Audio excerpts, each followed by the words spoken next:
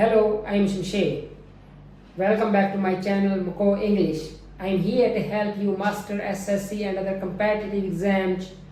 We are going to start a series on the questions which were raised during the previous year's exams, and we are going to discuss them all.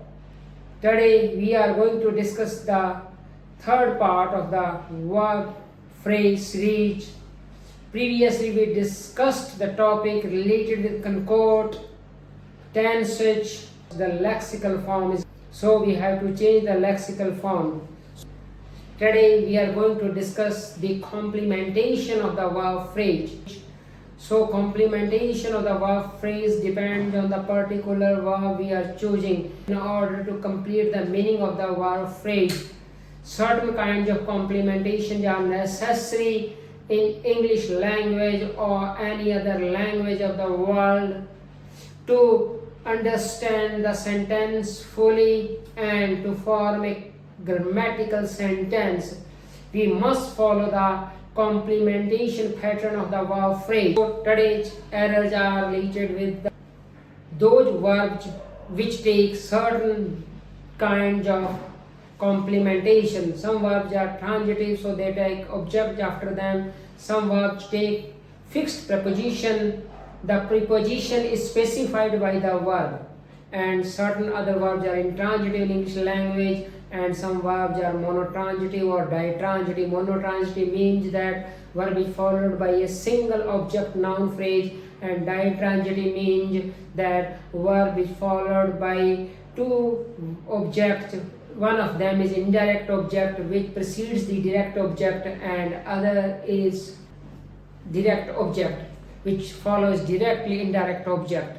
Usually these kinds of questions are raised from time to time, so we are going to give a detailed description of these errors. First sentence is, visitors are not permitted entering the park after dark. Visitors are not permitted. Permitted मेरा head verb है, lexical verb है, तो visitors को allow नहीं है, permitted नहीं है, इजाज़त नहीं है एंटरिंग द पार्क, पार्क में एंटर होने की आफ्टर डार्क, जब एक बार डार्क हो गई, रात हो गई, तब विजिटर्स पार्क में एंटर नहीं कर सकते.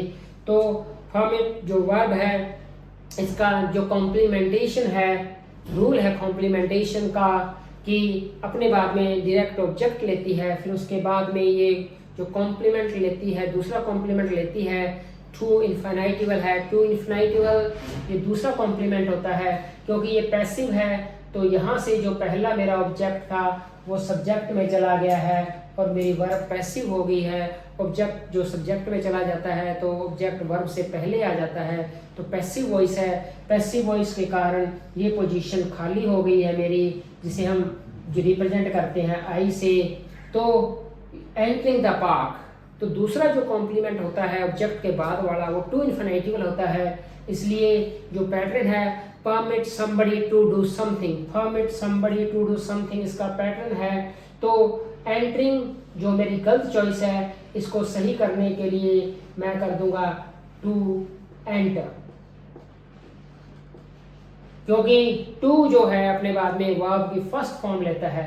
टू इन्फिनिटिवल, टू जो मेरी सबऑर्डिनेटर बोला जाता है आज की ग्रामर में, इसको टू सबऑर्डिनेटर अपने बाद में वर्ब की फर्स्ट फॉर्म या बेस फॉर्म लेता है, तो हम इसे रिप्रेजेंट करते हैं वर्ब की फर्स्ट फॉर्म से.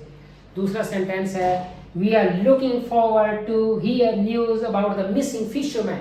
We are looking forward to, looking forward to phrasal verb है, एक फिक्स फ्रेजल वर्ब है, परंतु यहाँ पर दिक्कत ये है, यहाँ पर जो पैटर्न है बेसिकली यहाँ पर टू मेरा, यहाँ पर सबऑर्डिनेटर था जो कि अपने बाद में वर्ब ले रहा था, परंतु यहाँ पर टू मेरा प्रेपोजिशन है. लुक फॉरवर्ड के साथ में आने वाला टू मेरी प्रेपोजिशन है, तो ये प्रेपोजिशन अपने बाद में, क्योंकि प्रेपोजिशन अपने बाद में नाउन फ्रेज लेती है या फिर gerund participle form of the verb लेती है, परंतु वर्ब की बेस फॉर्म नहीं लेती, वर्ब की बस फर्स्ट फॉर्म नहीं लेती. तो इसे सही करने के लिए मुझे टू हियरिंग करना होगा, hearing news. I am looking forward to hearing news about the missing fisherman. Heavy rain prevented us to go to the cinema. Heavy rain prevented us. तो अगेन वर्ब प्रिवेंट है, verb phrase मेरी prevent से शुरू हो रही है।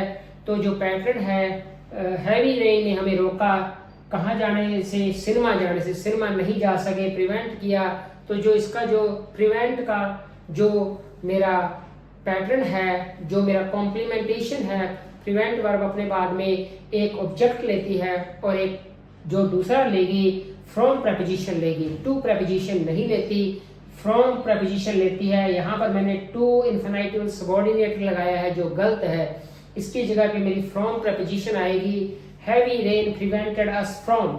एक बार हमने चॉइस जो ले ली, फ्रॉम प्रपोजिशन ले ली, तो इसके बाद या तो नाउन फ्रेज आएगी, और अगर वर्ब है तो वर्ब की ING form, gerund participle form of the verb is used after preposition, not the verb base form. तो गोइंग आएगा, गो नहीं आ सकता, तो ये मेरा गोइंग हो जाएगा। The heavy rain prevented us from going to the cinema. तो प्रिवेंटेड समबडी फ्रॉम समथिंग या prevented somebody from doing something, ये पैटर्न है मेरा, तो गोइंग हो जाएगा, फ्रॉम गोइंग। तो मैं टू और गो को रिमूव कर दूंगा, फ्रॉम गोइंग कर दूंगा, अब सेंटेंस सही है। Adults suffering chickenpox can develop all kinds of complications. Adults suffering chickenpox can develop all kinds of complications. तो हर तरह की कॉम्प्लिकेशन, जिनको परेशानियों का सामना करना पड़ सकता है, जो सफरिंग चिकन पॉक्स है, चिकन पॉक्स से सफ़र कर रहे हैं। तो सफ़र का मीनिंग यहाँ पर है कि to have a particular condition of illness. तो चिकन पॉक्स एक इलनेस है, तो बीमारी है। जब सफ़र के बाद में suffer from a particular condition और इलनेस होता है, सफ़र चिकन पॉक्स नहीं होता, ऑब्जेक्ट नहीं लेती सफ़र अपने बाद में। जब कंडीशन की बात होती है तो बीमारी की बात होती है। Adult suffering from chicken pox, adult suffering from chicken pox can develop. यहाँ पर कैन डेवलप मेन वर्ब है।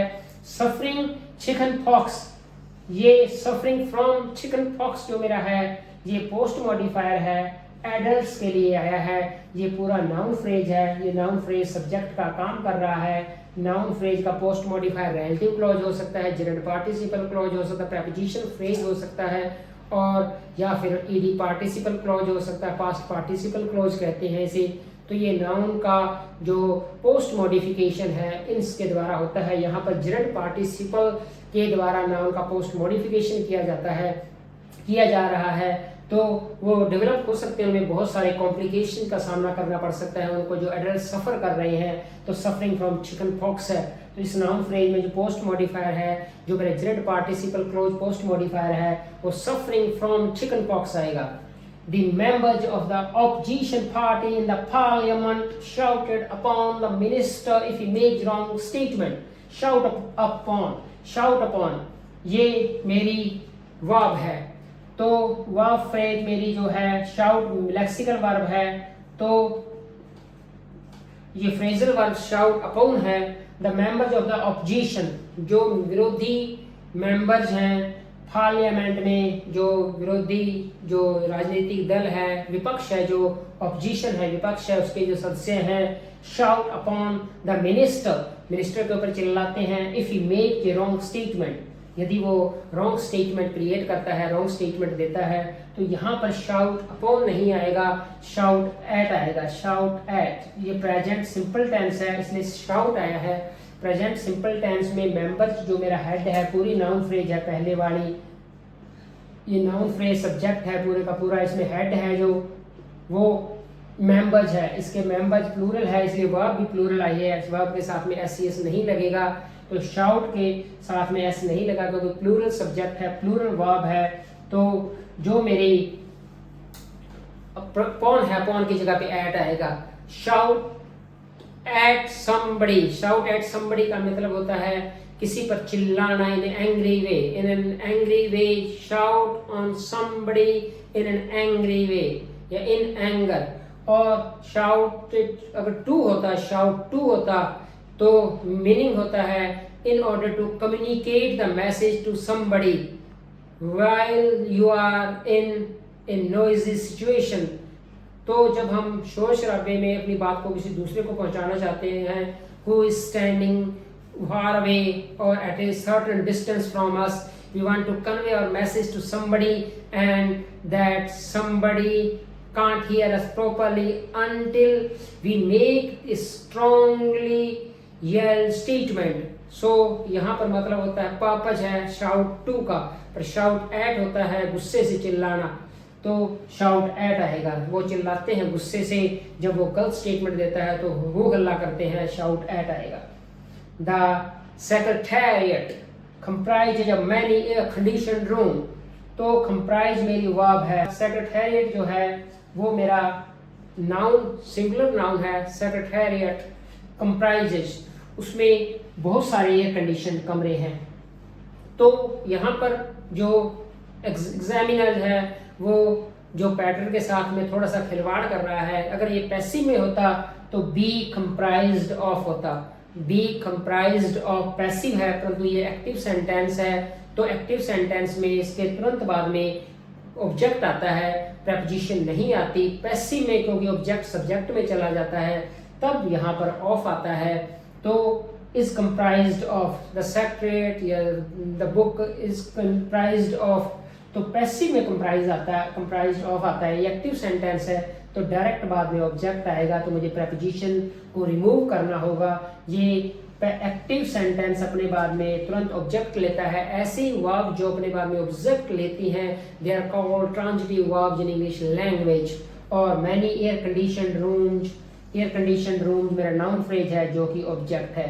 तो सही सेंटेंस होगा the secretariat comprises of many air conditioned rooms। तो सेक्रेटेरिएट का बहुत सारे कमरे हैं, comprises many air conditioned room, of नहीं आएगा, ऑफ को मुझे रिमूव करना होगा। You should avoid to travel in rush hour, in the rush hour you should avoid, should avoid verb phrase है अगेन। तो अवॉइड मेरी मेन वर्ब है, मेन वर्ब से ही डिसाइड होता है, लेक्सिकल वर्ब या मेन वर्ब ही डिसाइड करती है कि वो उसका कॉम्प्लीमेंट क्या होगा, अपने बाद में कॉम्प्लीमेंटेशन पैटर्न क्या होगा। वर्ब लेगी, वर्ब के बाद में दूसरी वर्ब आएगी टू इन्फिनेटिवल के थ्रू, जेरेंट पार्टिसिपल के थ्रू ईडी वर्ब आएगी, नाउन फ्रेज आएगा, प्रेपोजिशन फ्रेज आएगा। ये सब decide, complementation of the verb is an important area in the grammar. तो ग्रामर का बहुत इंपॉर्टेंट एस्पेक्ट है कि हमें देखना होता है कि वर्ब अपने बाद में क्या ले रही है। तो अवॉइड जो वर्ब है हमें बचना चाहिए रश आ में ट्रैवल करने से। तो अवॉइड के बाद में जो वर्ब लेती है इसमें कोई दो राय नहीं है कि एक वर्ब अपने बाद में दूसरी वर्ब लेती है, ये ऐसी वर्ब है जो अपने बाद में दूसरी वर्ब लेगी। परंतु जो वर्ब होगी अवॉइड अपने बाद में कभी भी टू इन्फिनिटिव नहीं लेती है, ये ग्रामेटिकल मिस्टेक है। ये जो वर्ब फॉर्म लेगी अपनी वो जेरेंट पार्टिसिपल फॉर्म लेगी, तो मुझे सही करने के लिए इसे ट्रैवलिंग करना होगा। You should avoid travelling in the rush hour, तो मुझे टू को रिमूव करना है यहाँ से। Travelling in the rush hour, rush hour में हमें ट्रैवलिंग, ये ट्रैवल से ट्रैवलिंग हो जाएगा, ये सही सेंटेंस है। He denied to have been there, deny भी एक वर्ब है, उसने इनकार कर दिया कि वो वहां पर था, उसने इस चीज से इनकार कर दिया कि वो वहां पर था। तो ये डिनाई से भी पहले की बात है कि वो उससे पहले वहां का, डिनाई करने से पहले वहां था, उस चीज से इनकार कर दिया उसने। तो डिनाई भी अपने बाद में टू इन्फिनिटिव नहीं लेता है, डिनाई अपने बाद में कॉम्प्लीमेंटेशन में जेरेंट पार्टिसिपल लेता है या नाउन फ्रेज लेता है। तो जेरेंट पार्टिसिपल जो है वो नाउन फ्रेज के बहुत ज्यादा क्लोज है। जहाँ पर नाउन फ्रेज आती है वहाँ उस जगह पर वो सेम डिस्ट्रीब्यूशन जो मेरा जेरेंट पार्टिसिपल का है, वहाँ पर प्रेपोजिशन के बाद में जैसे नाउन फ्रेज आती है जेरेंट पार्टिसिपल आ सकता है। तो he denied having been there, तो टू नहीं आएगा, टू इन्फिनिटिवल नहीं आएगा डिनाई के बाद में। जो वर्ब आई कॉम्प्लीमेंट अपने बाद में कॉम्प्लीमेंट जेरेंट पार्टिसिपल लेगी तो हैविंग आ जाएगा, हैव का हैविंग हो जाएगा। He denied having been there, उसने इस बात से इनकार किया कि वो वहां पर था। He denied having been there, तो जो सही फॉर्म है वो जेरेंट पार्टिसिपल फॉर्म है। On being called, all of us entered into the room, entered into the room, on being called, जैसे ही हमें बुलाया गया, all of us entered into the room, enter प्रवेश कर गए हम, इनटू द रूम रूम के अंदर। तो यहाँ पर जो प्रेपोजिशन है वो बता रही है कि motion of the subject from outside to the inside of certain area, certain confined space. परंतु यहाँ पर दिक्कत यह है कि एंटर्ड में ऐसा नहीं होता। एंटर्ड अपने बाद में डायरेक्ट ऑब्जेक्ट लेती है और वो ऑब्जेक्ट नाउन फ्रेज होता है। तो जिस जगह में हम प्रवेश करते हैं वहाँ पर एंटर्ड अपने बाद में, क्योंकि ये ट्रांजिटिव वर्ब है, जो वर्ब अपने बाद में डायरेक्ट ऑब्जेक्ट लेती है वो ट्रांजिटिव वर्ब है, तो यहाँ पर इनटू नहीं आएगा। All of us entered the room, entered the room बिल्कुल सही चॉइस है। On being called, all of us entered the room, हम सभी रूम के अंदर प्रवेश कर गए, एंटर्ड द रूम आएगा, इनटू नहीं आएगा। He recommended my case with the supervisor. He recommended my case with the supervisor. उसने recommend कर दिया, recommended, recommended my case, recommended again verb है, तो जो verb है वो recommend अपने बाद में जो recommend something to somebody होता है, जो इसका पैटर्न है कॉम्प्लीमेंटेशन पैटर्न ऑफ recommend है, recommended something to somebody, तो यहाँ पर preposition मेरी to आएगी। recommended the case to the supervisor, to the supervisor आएगा, with नहीं आएगा, with गलत preposition है, तो यहाँ the preposition specified by the verb after the direct object is to, not with, with नहीं आएगी, to आएगी। In spite of the roadblock, the guard allowed us enter the restricted area to search for our friends. In spite of the roadblock, the guard allowed us to enter the restricted area to search for our friends. तो road block के बावजूद in spite of जो मेरी preposition phrase है वो in spite of है, तो ये बताती है कंसेशन को, कंट्रास्ट को। रोड ब्लॉक के बावजूद the guard allowed us, guard ने हमें इजाजत दी, enter the restricted area to search for our friends। तो रिस्ट्रिक्टेड एरिया जो प्रतिबंधित एरिया था, जो कि नहीं जा सकते थे, वहां में जाने दिया गार्ड ने।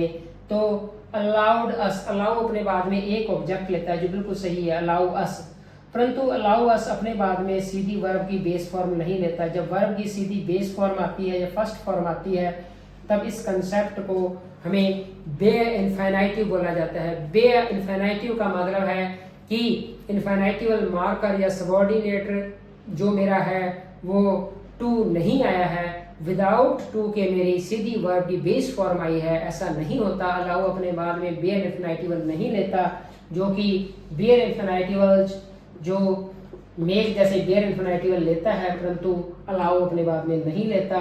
तो इसके बाद में बेयर इन्फिनिटिवल अलाउ नहीं है, तो टू इन्फिनिटिवल लेता है अपने बाद में, जिसका कॉम्प्लीमेंटेशन पैटर्न है टू इन्फिनिटिवल है।